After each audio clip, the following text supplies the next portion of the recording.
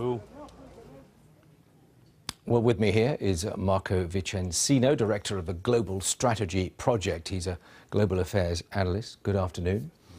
What do you make of what the Saudis are now saying about what happened? Well, this is the single biggest diplomatic crisis that Saudi Arabia has faced since 9/11, when 11 Saudi citizens attacked the U.S. The difference here is that it seems to be emanating directly from the top of the Saudi monarchy. And they've been in crisis defense mode in the last 2 weeks, but they've seemed now to settle on a strategy of acknowledging the death of Khashoggi, but trying to shift away blame from anyone in the monarchy, and particularly from the Crown Prince Mohammed bin Salman. The question is how compelling and how convincing is this? And it depends who you're trying to sell it to. If you're trying to sell it to the Trump administration, to the U.S. Congress, the American public, other Western allies, within the Arab world or within Saudi, and each one is different. I mean, if we, for example, maybe we can start with the Trump administration. The Trump administration has already emphasized the importance of the alliance with Saudi Arabia and has invested a lot of resources into the relationship with the Crown Prince, whether it's regard to Iran, Israel, the combat against ISIS, and particularly with the sales of American arms and other products, amounting, some would say, up to $400 billion. If you look at the American Congress, for example, there's a forging bipartisan consensus that is not favoring Saudi Arabia. And if you look at the American public is highly polarized. We're approaching a midterm election. Those who support the president will take the president's line, and his opposition will basically saying that we need not support corrupt monarchies or dictatorships around the world. A further uncertainty here, surely, is what more Turkey might say at some point. I think the Turkish strategy all along for now, up until now, has been the fact is to leak gradually to the Turkish press, which is largely affiliated with the government, and then to the foreign press, whereby that would place pressure on the American president and also on the Congress to take action against Saudi Arabia. But I think right now, up until this point, the president has made clear that if there's a possibility, if there's a credible explanation, and once again, it goes to that narrative.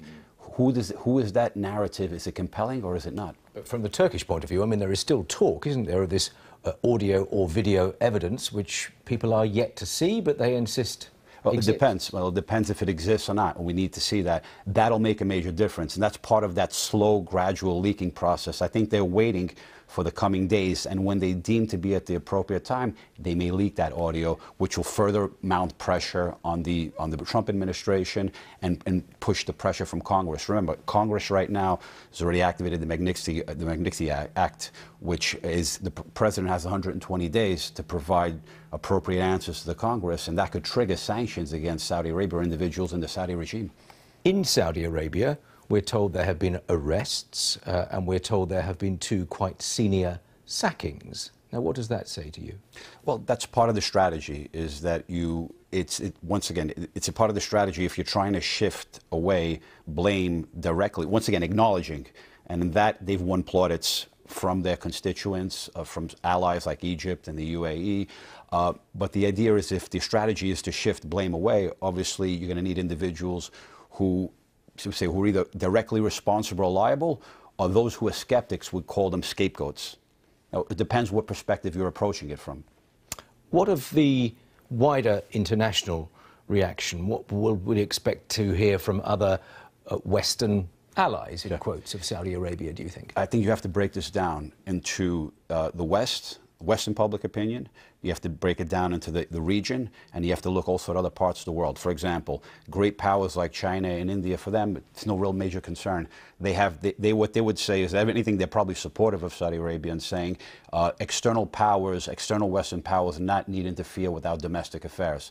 And if you look at the issue of actual Magnitsky in Russia, or the human rights cases in China. So for them, it's business as usual. Within the region itself, it depends. If you look at Saudi's adversaries in the region, they'll use this as fuel for accusations of hypocrisy and corruption on the part of the Saudi regime. Its allies, as I said previously, Egypt and UAE, and its own clerics domestically supported the king for his statement, for acknowledging, saying it was a courageous move. And then back in the West, if we look outside the United States and look specifically at Europe, I mean, they face similar dilemmas as the U.S. because, once again, they want to uphold human rights in terms of rhetorically saying that we are Western liberal democracies, but at the same time, they have economic interest with Saudi Arabia. So this is, for the United States and the Western world, this is a dilemma that's been, I'd say, since the end of the Cold War, is national interest and then national principle. National interest in this case being, for the U.S., is being economic interest, the sales of its products to Saudi Arabia, and then principles, and that principle about our support for human rights, and that the Congress seems to be supporting this in this dilemma, this broader dilemma.